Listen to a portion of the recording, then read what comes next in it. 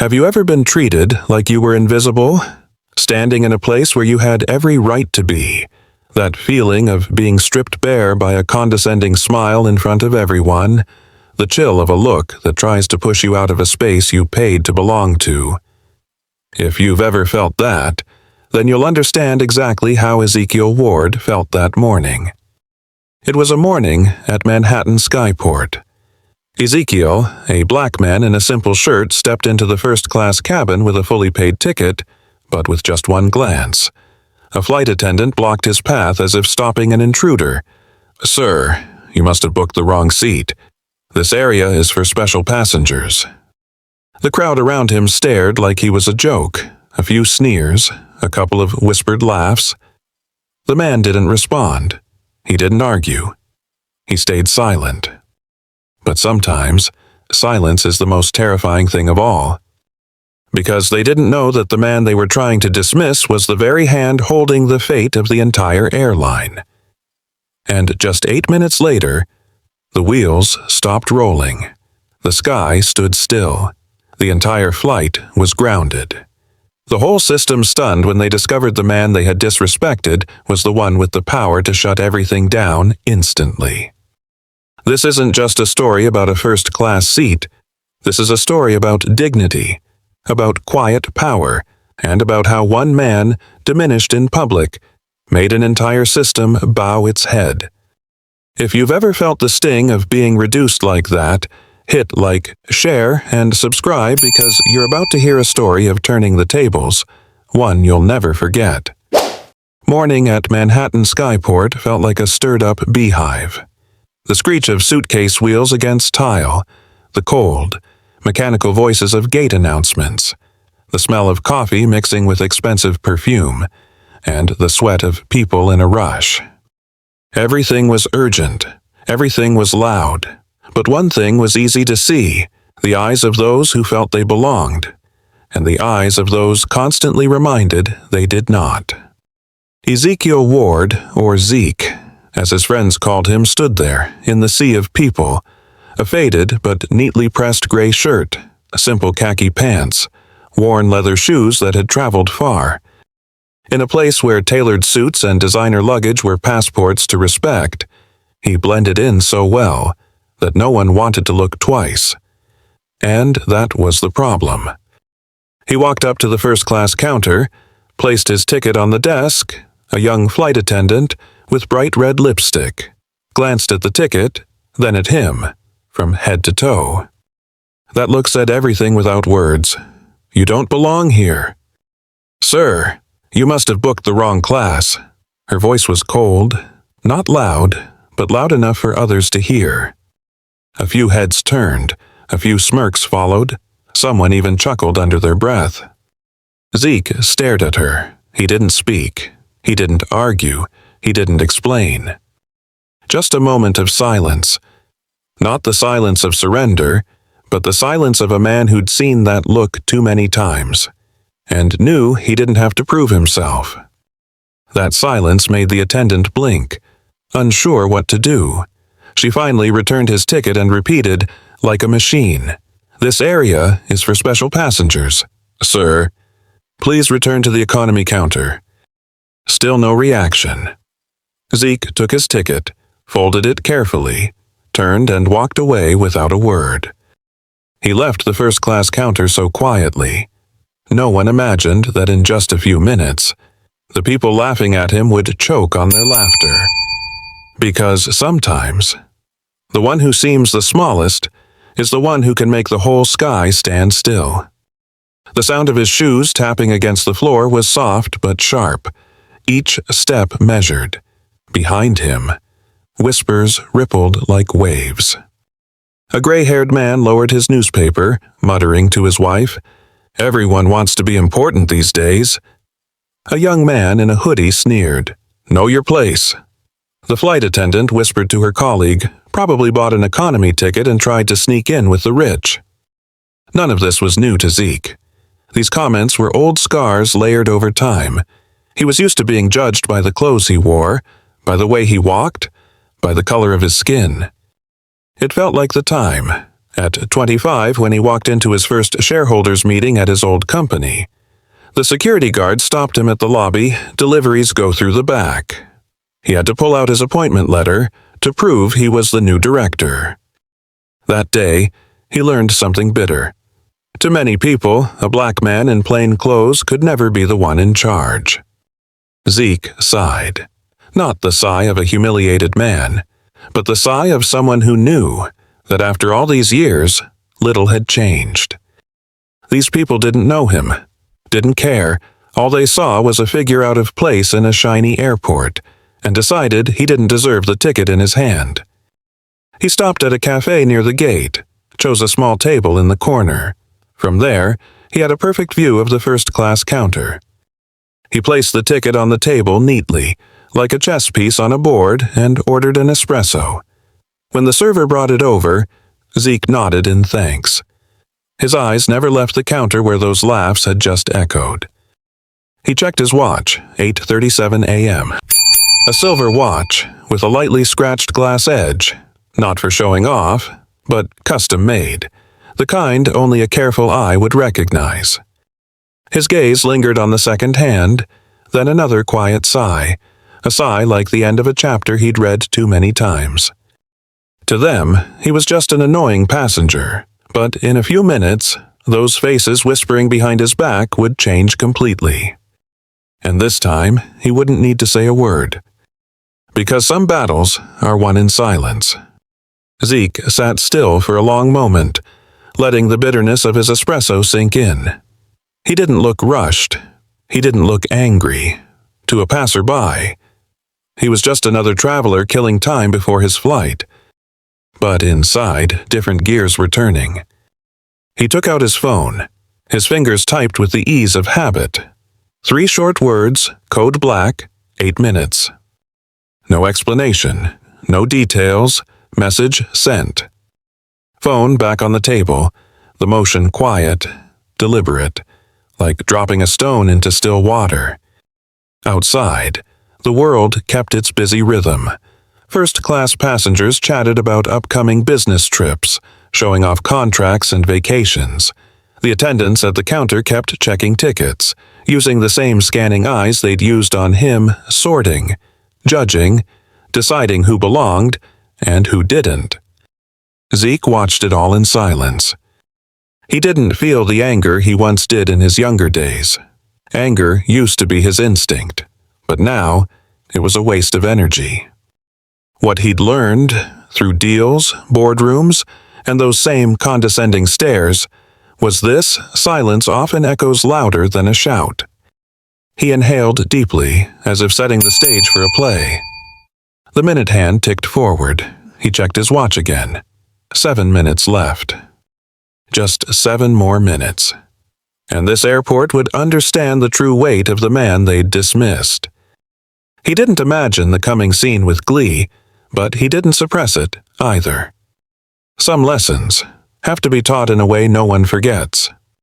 He took another sip of coffee, bitter but sharp, bitter but necessary. His gaze landed on the young black boy from earlier, standing with his mother in the economy waiting area. The boy clutched a teddy bear tightly. That boy would never know what was about to happen, but Zeke hoped. One day, he'd understand there are many ways to reclaim your dignity without raising your voice. The clock ticked again, 6 minutes left. Zeke leaned back in his chair, relaxed. To anyone else, he looked at ease.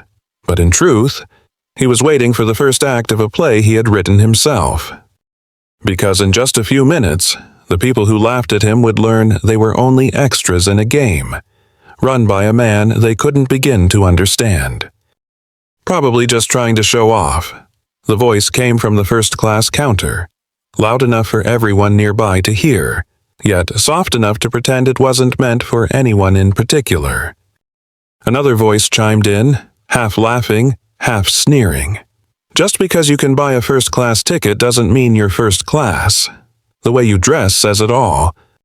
Then came the whispers, the snickers, blending with the airport announcements and the dragging of suitcases, an ugly little symphony of contempt. Zeke heard every word. He didn't need to open his eyes to feel the stares, a mix of curiosity and judgment. The young man in the hoodie still lounged in the waiting area, scrolling his phone, sneaking glances at Zeke like he was free entertainment. A middle-aged couple pretended to chat, but their eyes kept darting toward him. Their lowered voices carried just enough to mock him while keeping their polished appearance. Zeke didn't react. He sat in the cafe corner, leaning back, eyes half shut, as if meditating in the chaos. His phone lay face down on the table, his ticket tucked neatly in his wallet. He had nothing to prove to them. To them, he was just a man trying to force his way into a world that wasn't his. But inside Zeke's mind, everything was crystal clear. He'd spent his life dealing with people like this. People who used politeness to disguise arrogance, who used soft words to push others to the bottom. And Zeke knew one thing better than anyone. They only felt this confident, until someone reminded them of their true place. A barista set down a fresh espresso, pulling him back to the present.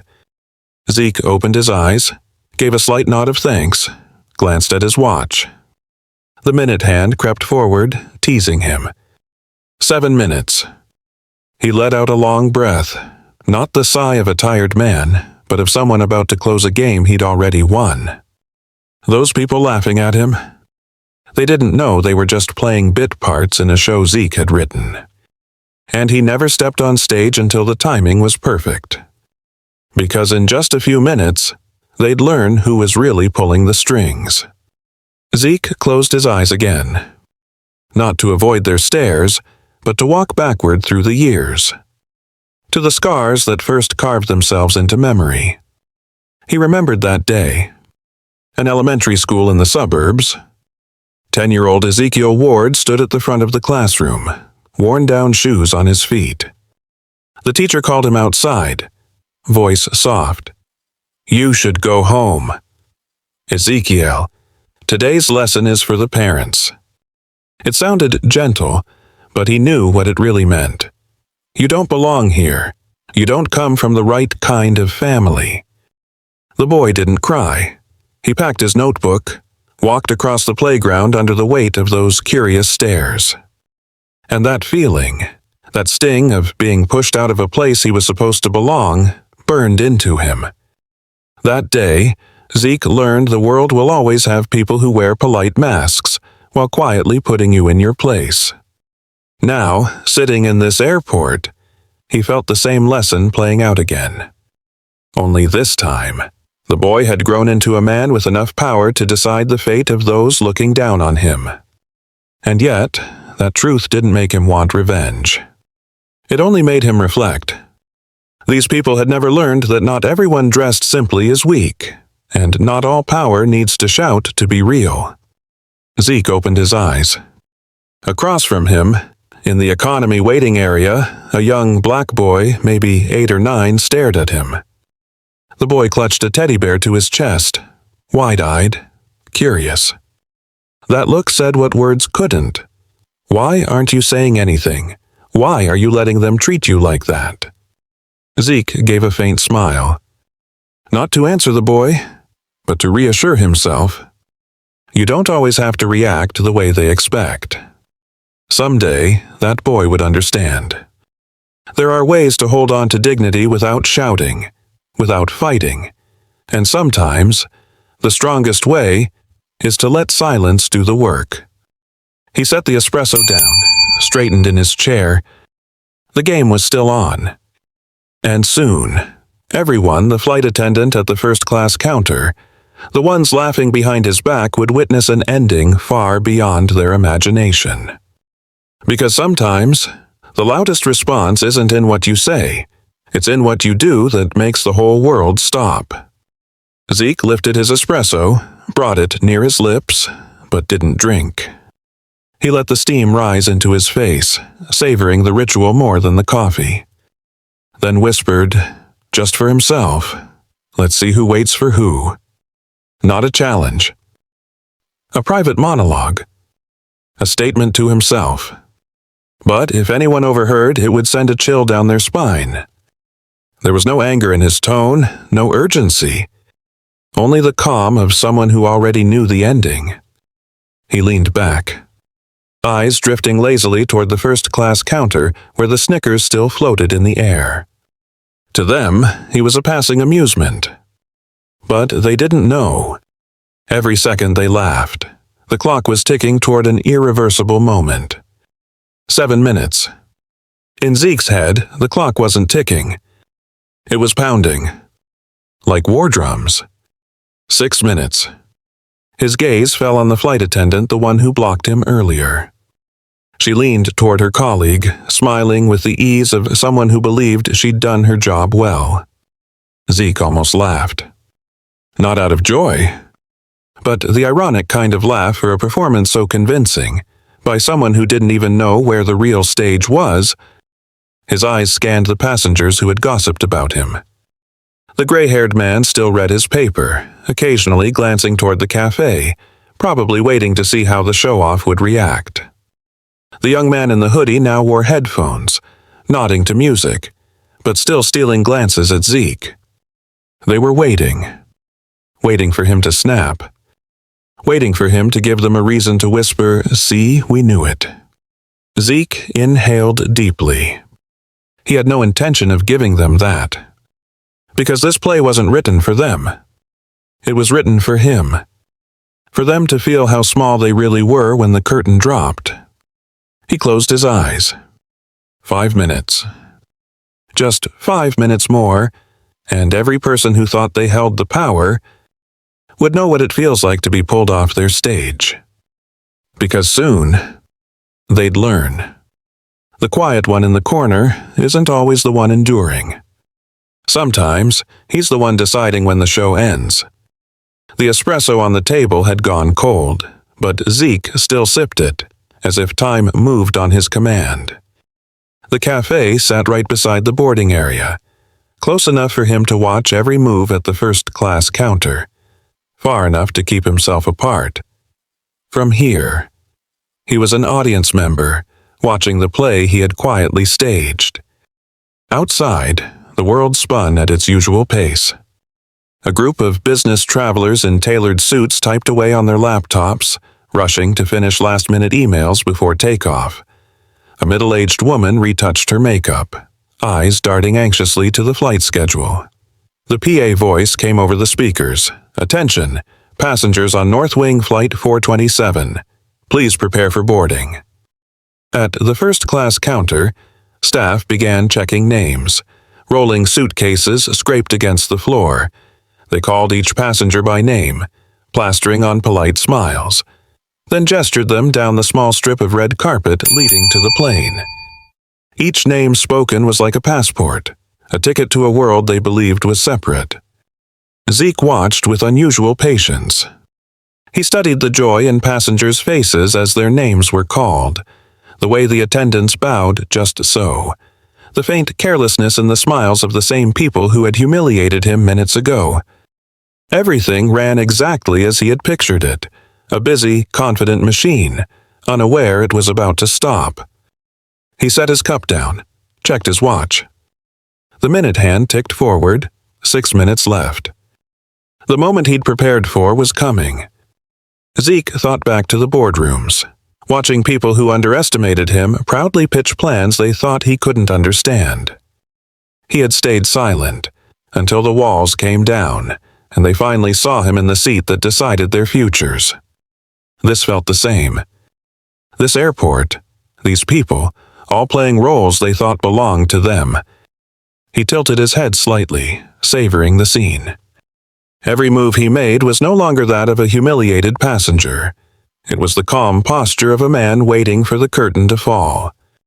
And in just a few minutes, this stage would flip, along with every mask hiding the truth about power. Zeke folded his arms, eyes fixed on the first-class counter. Nothing escaped him, the flight attendant adjusting her hair before calling a name, the young businessman pretending to be relaxed while pacing on a phone call. It almost made Zeke laugh, not out loud, but a quiet, knowing laugh. The kind you have when you watch actors so lost in their roles, they forget who wrote the script. In his mind, he told himself, "They think I'm just some nobody, a stray trying to push into their stage. Let them finish their scene." And he let them perform. A foreign man handed over his ticket with a commanding nod. The attendant immediately bowed, beaming as if she were welcoming royalty. A young woman in designer clothes frowned impatiently at the slow-moving line. Zeke watched it all, not with jealousy, not with anger, but with the calm of a director watching background actors rehearse a scene destined to be cut. He remembered the endless years in boardrooms where people brushed past him like he was an assistant. They thought they were running the show until the deal closed, and they realized they had been pawns in a game he'd set up long ago. In those moments, he never needed to yell, never needed to slam the table. He only had to watch. As they finally understood, just like now, every whisper, every snicker aimed at him only made the game more interesting. Not out of satisfaction, but because it proved something he knew too well. People are always most confident, right before the stage is pulled out from under them. He twisted his watch lightly, letting the airport lights glint off its face. 5 minutes. And still, no one had realized the curtain was about to drop. Zeke took a deep breath.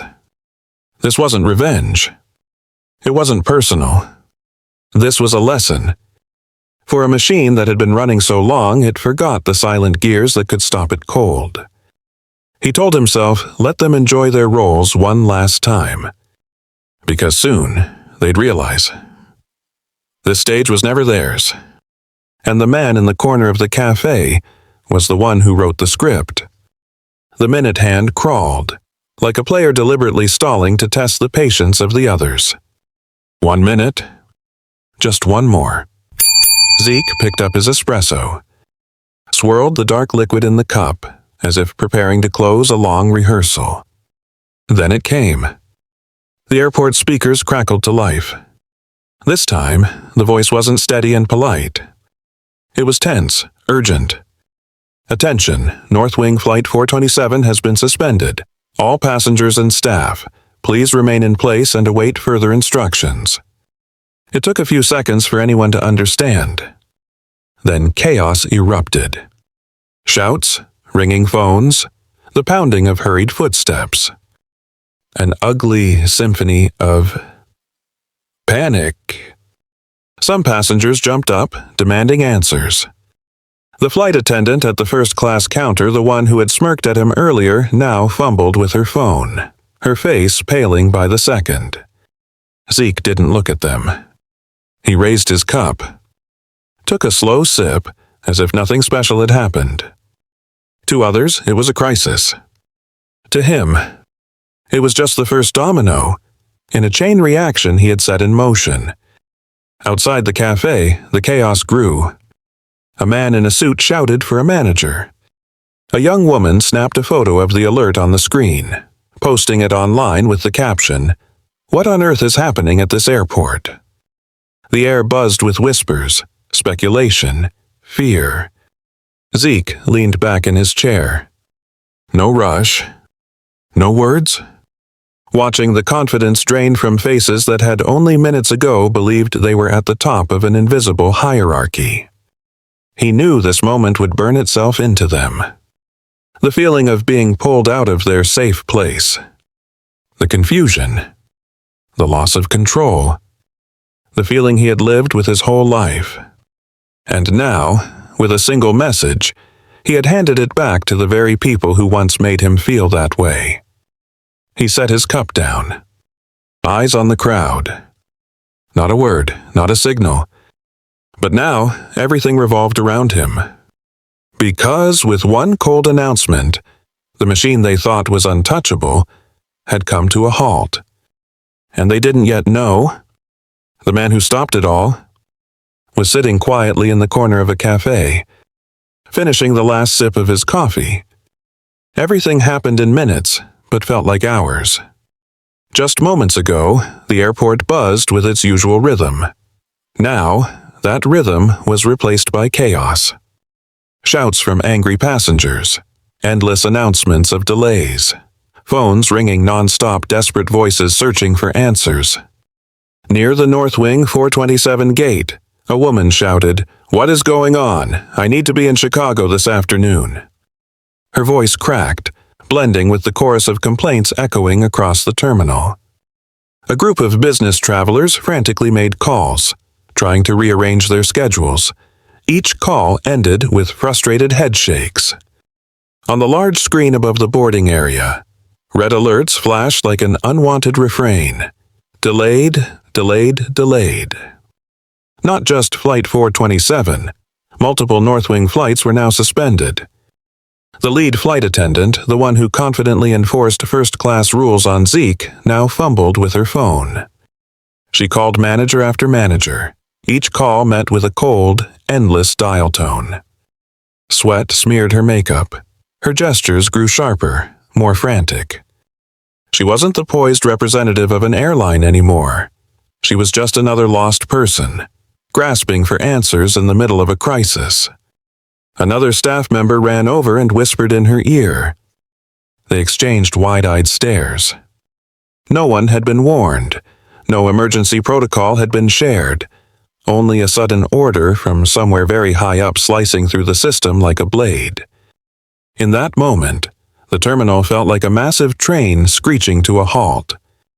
And no one, not even those in uniform who once seemed powerful, knew what to do next. In the cafe corner, Zeke hadn't moved. Everything unfolded exactly as he'd expected. The shouting, the fading composure on people's faces, the employees crumbling under pressure. All of it, pieces of the picture he'd painted long before. And in just a few minutes, when they learned the truth, the real earthquake would begin. Through the chaos, a man in a charcoal suit appeared. The airport manager. His face was tight like a mask not yet ready for this stage. He walked straight to the first-class counter, where attendants buzzed around like a shaken hive. What is happening here? Who authorized suspending every Northwing flight? His voice wasn't loud, but it cut through the noise. The lead flight attendant stammered, handing over her phone. I've been calling upper management, but no one's answering." The manager took the phone, dialed another number, then another. Only the same cold, empty tone. With each failed call, his face paled another shade. He didn't need anyone to say it. This wasn't a technical issue. This was a decision from far above his pay grade. Behind them, some passengers pulled out their phones, recording. Not just them. A freelance journalist, short-haired, backpacked, camera hanging from her neck, was live-streaming everything. Her lens moved from the flashing red screens to the tense Northwing staff. Her voice was urgent. "Something's happening with Northwing. All flights are suspended. No one can explain why. This could be the airline's most serious incident in years." Within minutes, the live stream spread. Hundreds of shares. Thousands of comments flooding in terrorist attack. Are they bankrupt?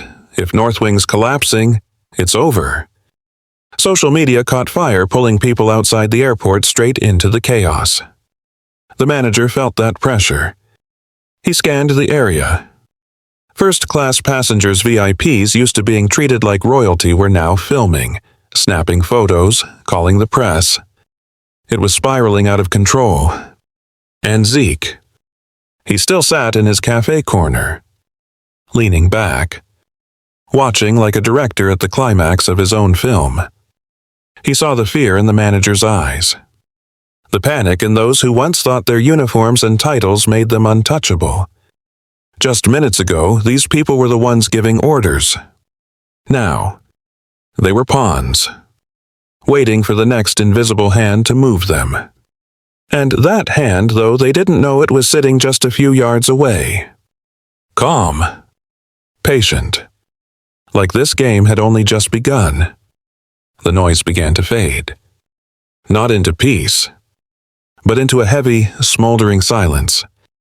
The woman demanding her flight to Chicago now stood frozen, phone to her ear, out of words. The business travelers stopped typing, glancing at each other with the dawning realization. This wasn't technical. Dozens of flights don't get canceled without notice. Airline employees don't get blindsided by small glitches. No, this came from an order. An order from very, very high up. The airport manager slammed the phone onto the counter, eyes burning with helplessness. He leaned toward the lead attendant, speaking low, but each word like a hiss between clenched teeth. This is a direct order from corporate. Someone at the very top just froze Northwing's entire operation. It wasn't quiet enough. A nearby passenger caught it. Corporate, he shouted to others. This came from corporate. And just like that, the rumor spread like fire through dry grass. The live stream journalist kept narrating, her tone now tinged with excitement. According to sources here, this is not a technical issue. This is an internal order, possibly from Northwing's top leadership. What's happening behind those corporate doors? Viewers poured in by the thousands. Comments exploded. Where's Northwing's new CEO? Is this a power purge? Who has the authority to shut down an airline in minutes? The air grew thick. Every eye turned, searching for an answer. But no one imagined that the answer sat in the cafe corner, just 20 meters away. Calm, silent, as if none of this concerned him at all. Zeke didn't need to join the chaos. In truth, the chaos was his proof. The proof of power. Not the loud power of someone who shouts to be heard, but the quiet power that makes others piece together the story themselves and tremble at what they discover. He set his cup down gently, as if giving them all enough time to realize one thing. The earthquake shaking this terminal didn't come from the sky. It came from a hand. A patient hand, waiting for every mask of false confidence to fall away. Only then would he step into the play. Not as a background character, but as the real lead. Miles away from the airport, inside Northwing Airlines' towering glass headquarters, a conference room door swung open. People inside almost leapt to their feet as the CEO walked in face pale, like he'd seen a ghost. "What is happening out there?" a board member asked, voice shaky but straining for calm. The question didn't need an answer. They all knew this had never happened before. Northwing had never suspended all flights in a single day, let alone without warning. The CEO, a man known for his firm, unshakable demeanor, now fumbled through a stack of papers on the table. He didn't look at anyone, as if delaying the moment he'd have to speak the terrible truth. Finally, with no way to avoid it, he exhaled and said, "It's Mr. Ezekiel Ward." The room fell silent. He continued, "He just assigned the order to halt all Northwing operations, every single flight." No one moved. A young woman, the communications director, broke the suffocating quiet. "You mean him? Are you saying he's—" "What, a shareholder?" The CEO gripped the folder tightly, looked straight at them. "No, not a shareholder. The owner. He currently holds 60% of Northwing's stock. Absolute control." A pen clattered to the table. One member nearly shot out of his seat. "I thought we never— Who even authorized?" The question trailed off. Because they all knew no one in that room had the power to stop a man like that. They remembered the announcement months ago that Northwing had been acquired by a group of new investors. But none of them bothered to dig deeper. A name appeared on the paperwork, Ezekiel Ward, but they assumed he was a silent partner. Someone who would sign checks and vanish into the shadows. But now, that name cut through the room like a blade. Every person there understood. Everything they thought they controlled had slipped out of their hands. This wasn't terrorism. This wasn't a system failure. This was a deliberate decision by the man whose true power they were only beginning to grasp. And while they scrambled to respond, that silent partner sat in an airport cafe, as calm as if this entire crisis was nothing more than an overture. The CEO set the folder down, his voice flat but laced with unease. 6 months ago, Northwing was purchased by a group of investors. The primary name on that contract was Ezekiel Ward, but make no mistake, he is not a passive investor. He owns 60% of the company. 60. That means every decision we make, even at the highest level, exists only if he allows it. Faces around the table went slack. One person leaned back, staring blankly into space. Another gripped a pen so hard it tapped against the table with each tremor in their hand. No one spoke. Because any word now would only prove how foolish they'd been, in front of the company's true master. One blunt board member stammered, "You're saying, that man, the one sitting at the airport, is our actual boss, and we—" The sentence died in his throat. He didn't need to finish. Everyone knew the rest, and we just humiliated him. No one dared bring up the incident at the airport. But they all knew. They'd seen the reports. The videos. The social media posts spreading like wildfire. Clips of a black man being denied entry into first class, staying silent, unflinching, now going viral online. Early comments were brutal. Northwing discriminates against first-class passengers. They exchanged glances, unspoken but unanimous. That wasn't a passenger. That was the owner. The truth didn't just scare them. It crushed them. They realized they weren't just facing a PR disaster. They were caught in a power game they'd already lost. They had allowed low-level staff with their everyday arrogance to turn their owner into the public victim of a humiliating scene. And the cost of that humiliation, they didn't dare imagine it. The CEO slammed his hand against the table, shattering the heavy silence. "We need to act, now. If we don't, Northwing will collapse before sunset." But even he knew. The power to act wasn't in that room anymore. It was in the hands of the man who had silently watched it all. And when that man spoke, none of them could be sure they'd still have their seats. Find him, immediately. The CEO's order cracked through the air like a lightning strike. It wasn't just a command. It was the desperate cry of a sinking ship grasping for the only one who could save it. A swarm of assistants bolted from the room. Phones rang off the hook as urgent voices barked, "Locate Mr. Ward. Any airport, any gate. Find him now." Others tore through contact lists, sending emergency alerts to every department. "If you see Mr. Ezekiel Ward, report to HQ immediately." The panic had spread. From the terminal, all the way to Northwing's highest floor. Inside the boardroom, the so-called leaders sat frozen. No longer powerful. Just listening to the pounding footsteps in the hallway. The phones ringing from office to office. Each of them silently wondering, is it already too late? Cut to Manhattan Skyport. In the eye of the storm, Zeke still sat in the cafe corner, calm, as if he were just waiting for his flight. No phone in his hand. No reports in front of him. He didn't need them. Through the glass, his eyes fixed on the Northwing jet. Still parked. Still frozen on the runway. To those around him, he was just another ordinary black man. Sipping coffee. Unbothered.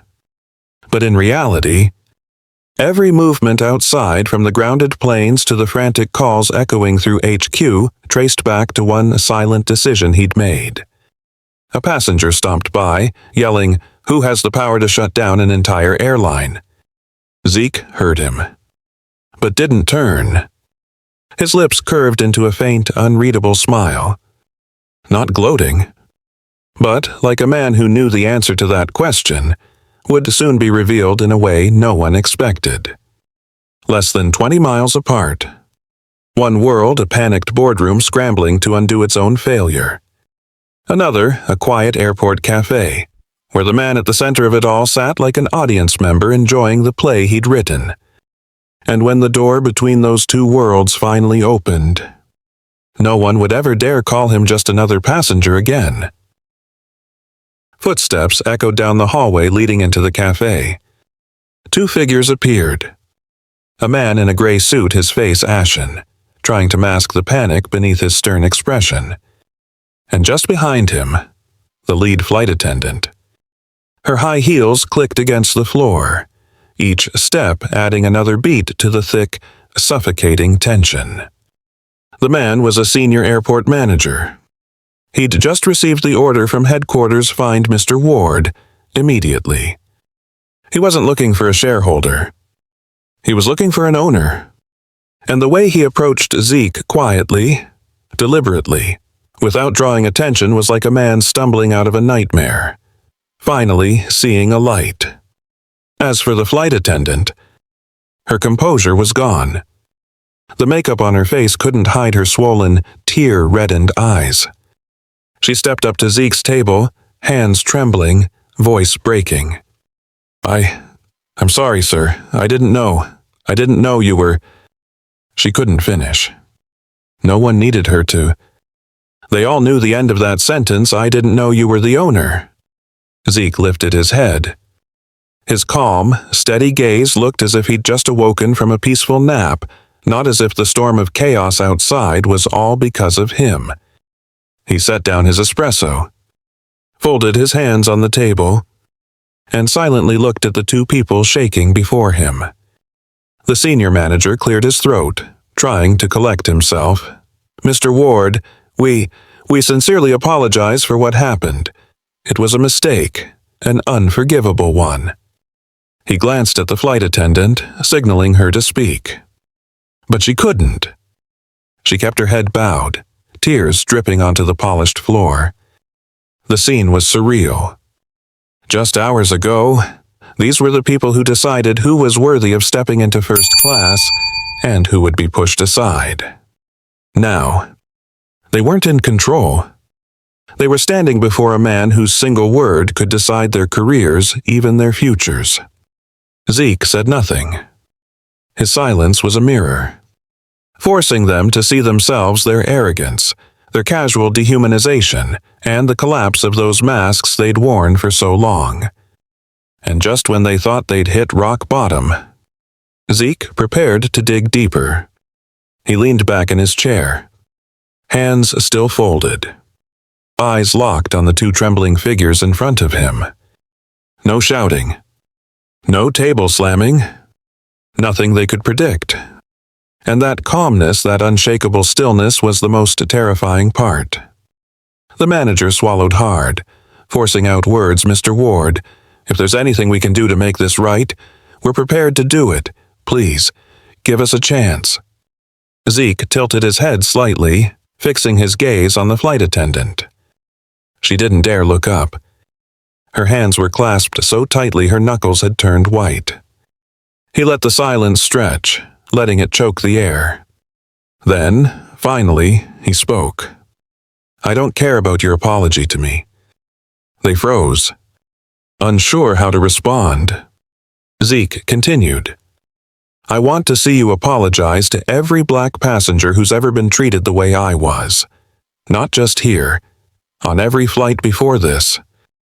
How many people have you humiliated, ignored, pushed aside, simply because they didn't look like the passengers you think belong here?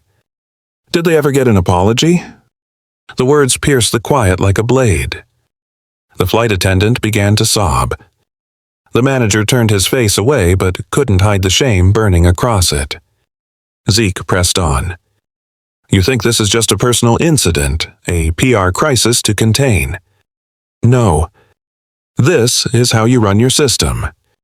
A system that trains its staff to believe some passengers deserve respect, while the rest are nothing more than shadows in the aisle. He leaned forward, voice steady, each word hitting like a hammer. I want a public apology. Not for me. For every single person who ever stepped onto your planes and was made to feel like they didn't belong. If you can't do that, then maybe you should reconsider whether you deserve to stand in North Wing at all. Both of them froze. They'd come here begging forgiveness for a single mistake. But what he demanded wasn't about soothing his ego. It was about change.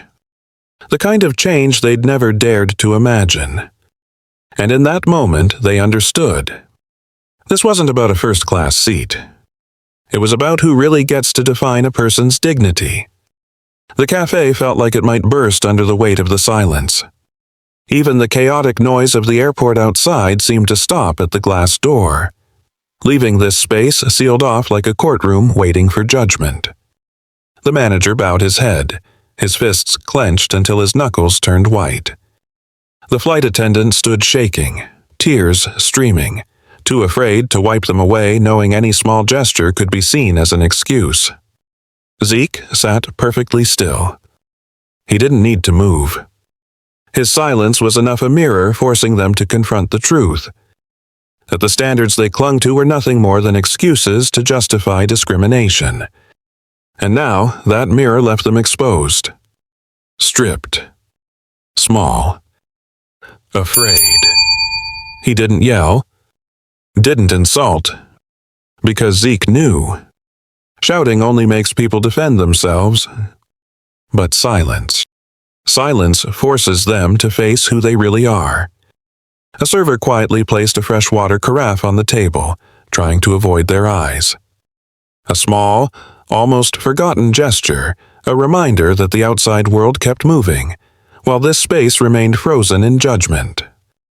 The manager finally exhaled, his voice trembling. "Mr. Ward, we'll do exactly as you ask." But even he knew that promise wasn't to appease Zeke. It was a desperate attempt to salvage what little dignity they had left. Zeke watched them for a long moment, then gave a single, small nod. No praise. No mockery. Just acknowledgement, like granting them permission to continue a performance he knew still had many acts left to play. For the first time since entering, the flight attendant looked up. Gratitude flickered in her tear-streaked eyes, mixed with confusion. Grateful he hadn't destroyed her career right there. But painfully aware her life had just been placed in front of a mirror, one she couldn't escape. Zeke lifted his espresso, took a slow sip, set it back down. His eyes drifted to the tarmac, to the Northwing 427 jet still frozen on the runway. To him, it wasn't just a plane on pause. It was a symbol. A system forced to answer a question it had avoided for far too long. Can a person's dignity be priced by the color of their skin and the clothes on their back? And this was only the beginning. Because Zeke still had moves left to make. Moves no one in that room could even imagine. The top-floor boardroom of Northwing headquarters no longer felt like a place for strategy talks or contract signings. It felt like a courtroom. Every senior leader of the airline was present. Each tried to hold a serious face. But nothing could hide the fear clawing beneath their skin. Zeke walked in. No entourage, no fanfare. He didn't need heavy footsteps or a line of assistants to remind them of his power. His presence alone silenced the room. He pulled out the chair at the head of the table, sat, and looked at each of them. Some dropped their eyes. Others tried to meet his gaze, a desperate performance of, "We're ready to cooperate." But Zeke knew better. Cooperation born from fear isn't cooperation at all. He placed his hands on the table, fingers interlaced, then spoke. His voice was low, but it filled the room. "Today isn't just about me," he said. "This is about everyone like me." The opening line froze them in place. I'm not the first passenger treated like an outsider when walking into first class, and I know I won't be the last.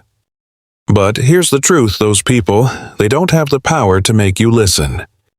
I do? He paused, letting the words sink in. It felt like he'd dragged them off their soft leather chairs and planted them on the cold ground where their forgotten passengers stood. You pride yourselves on being a friendly, diverse airline, But is that reality? How many of your staff are actually trained to treat every passenger equally? How many customers have endured your quiet contempt just because they didn't fit your picture of a valuable customer? And how many times have you apologized for it? No one answered. Zeke leaned forward. Today, I'm taking the sky back for everyone who's ever been forced to bow their head in a space they paid to belong to. His voice wasn't loud, but every word cut through the polished image Northwing used to hide its cultural cracks. The people in this room so used to giving orders were now forced to listen. And then, Zeke smiled. A small, knowing smile, signaling that what came next would be harder to swallow than his rebuke. He opened a thin folder on the table, though he didn't need to read it. He knew every word by heart. They weren't just bullet points. They were carved into him since that morning at the first-class counter. Here's what's going to happen. His tone was steady, but each word hit like a stone tossed into still water. Every Northwing employee, from flight attendants to ground crew to senior management, will be retrained on how to treat passengers. And I don't want a box-checking seminar you forget the moment you leave the room. I want a program deep enough to break the habit of judging people by appearance and prejudice. A man in a suit, likely HR, started to speak. Mr. Ward, we'll need more time. Zeke cut him off. Not loudly, but firmly enough to shut him down. You have 48 hours, no more. Heads snapped up. Eyes widened. 48 hours. An impossible number for a nationwide plan. But Zeke didn't give them time to object. Next, he said, every manager directly involved in what happened at Manhattan Skyport is suspended, effective immediately. If you want to defend them, then be ready to convince the public why people like that should still represent your airline. Silence. No one moved. No one dared. Zeke closed the folder, set it aside, leaned back in his chair, and finally, within 48 hours, Northwing will issue a public apology. Not a cold press release written by lawyers. A direct, clear, accountable apology. To every passenger who's ever been made to feel like they don't belong on your flights. The communications director swallowed hard, calculating the fallout. But Zeke saw through it. This isn't a PR campaign, he said. This is your last chance to prove this airline can change. His words lingered, echoing longer than any shout could. Zeke scanned the table, one face at a time. He saw their fear, their desperation to hold on to their seats. But now, those seats weren't secured by corporate politics. They'd only be secured by their willingness to change. And Zeke smiled again like a man who'd just set the timer on a bomb only he knew how to defuse. A few hours after the meeting ended, the news hit every major outlet and spread across social media like wildfire. The first headline came from a national news site. Black CEO freezes an entire airline. Over 8 minutes of silence. And suddenly, it was the story everyone was talking about. The article featured the now viral video. Zeke dressed simply standing at the first-class counter. Face calm. Expression unshaken, even as a flight attendant spoke to him with thinly veiled contempt. The clip lasted less than a minute. But it was enough. Enough for millions to feel the chill of quiet discrimination and the power of a man who didn't need to raise his voice. And then came the reveal of his identity. That's when the explosion truly began. Comments flooded in like a storm. That's what silent power looks like. He didn't just do this for himself, he did it for all of us. 8 minutes of silence and he gave an entire corporation a lesson. On Twitter, hashtag 8 minutes that changed everything shot to the top of trending. One photo was shared thousands of times. Zeke, sitting in the corner of the airport cafe, espresso in hand, staring into the distance with the caption, "This is the posture of a man who can stop the sky." Commentators jumped in. A financial news anchor said, "This is a textbook example of the power of majority ownership in corporate America." A late-night talk show called it a moment that forces America to rethink how we treat each other in the most ordinary spaces. But the most powerful reactions didn't come from the press. They came from the people who'd lived Zeke's experience. A woman posted on Facebook, "I was once asked to move seats because the attendant thought I didn't belong in first class. Watching him do this, I feel like I finally got my voice back." Hundreds of similar stories poured online, transforming the North Wing incident into a symbol for something much bigger. That dignity cannot be defined by a ticket price or the color of your skin. Zeke read those words from his office. No smile. No smugness. He knew this would hurt North Wing. But he also knew this. Sometimes, to heal a wound, you have to cut away the rot. And as the chaos swirled around him, Zeke thought to himself, this is only the beginning. Because this lesson wasn't just for North Wing. It was for anyone who still believed they owned the sky. Sunset fell over Manhattan skyport as if the sky itself was sighing after a day of chaos. The last streaks of sunlight stretched across the tarmac, painting a warm orange glow on the silent aircraft's steel birds grounded by the order of a man no one saw coming. Zeke walked out of the terminal. One hand on a small suitcase. No entourage. No reporters chasing him. Just him, his shadow trailing long in the fading light, and a quiet sense of relief not from settling a personal score, but from forcing an entire system to look at the cracks it had hidden for years. The intercom still echoed behind him, but Zeke no longer cared. He lifted his head toward the changing sky. How ironic. He thought the day North Wing was forced to stop was one of the most beautiful skies he'd ever seen. The people who'd given him those condescending looks this morning were gone now, hiding in emergency meetings. And Zeke. The man they said didn't belong here. He walked away without a single word. Because he knew everything he needed to say had already been said in silence.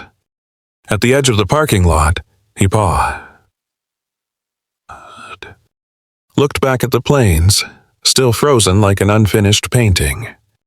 And in that moment, Zeke felt it. He hadn't just stopped flights. He'd stopped the arrogance of a culture that believed it was untouchable. His phone buzzed in his pocket. A message from his assistant. "Everything is moving as you requested. They'll issue the public apology within 48 hours. Zeke didn't reply. He slipped the phone back, inhaling deeply, letting the evening breeze fill his lungs. The man remained silent. But this was no silence of retreat.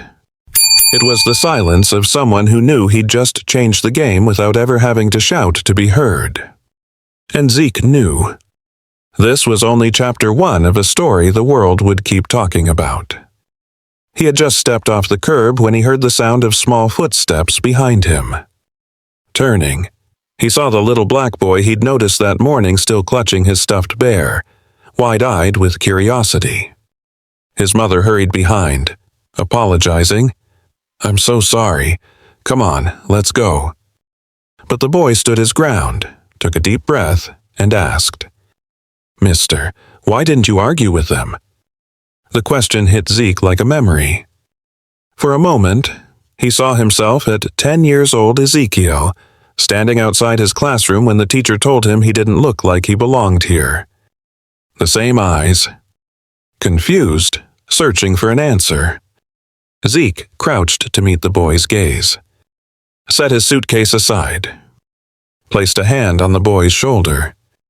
"There are battles," he said softly, "that don't need noise." The boy frowned, unsure. Zeke continued, slow and deliberate, more like telling a story than answering. "When I was your age, I thought I had to shout for people to hear me. But I learned something. Sometimes silence scares them more than yelling ever could. It makes them wonder why you're quiet. It makes them hear the echo of their own actions." The boy hugged his bear tighter. his eyes still bright with questions. "But won't they think you're weak?" Zeke smiled. A gentle, almost secretive smile. They did. And then he leaned closer. And then they had to stop the entire sky just to find out they were wrong. The boy blinked, as if hearing of a kind of strength that didn't need muscles or shouting. Only patience. His mother called for him again. Zeke nodded at her. As they walked away, the boy looked back a stare full of quiet awe, as if Zeke had just given him a lesson no school would ever teach. Zeke stood, picked up his suitcase. The sunset had deepened to purple, but to him, the sky had never been brighter. Because sometimes the best way to teach people their limits is to let them crash into the wall they can't see. And in that stillness, Zeke smiled. Because he understood. This is the kind of power that makes even the mighty bow their heads. His suitcase wheels whispered across the damp concrete as he walked.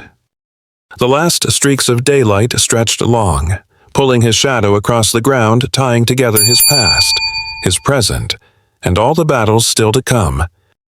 He didn't look back. Manhattan Skyport was behind him now. A stage where a play had just ended, a play that exposed an entire system without him speaking a single line. His phone buzzed again. News alerts. Every major outlet covering the North Wing story. Millions of comments. Interview requests flooding in. But Zeke didn't stop to read them. He knew he'd said enough not with words, but with an action that forced an entire corporation to go silent and listen. There's something strange about power when you think of it this way. It's not the spotlight. Not the cheers. Real power is like an underground current unseen, unstoppable, reshaping everything above. Zeke crossed the lot slowly, his shoes tapping a steady rhythm. The scene from that morning, the sneers, the whispered laughter no longer carried bitterness. Now it was just proof.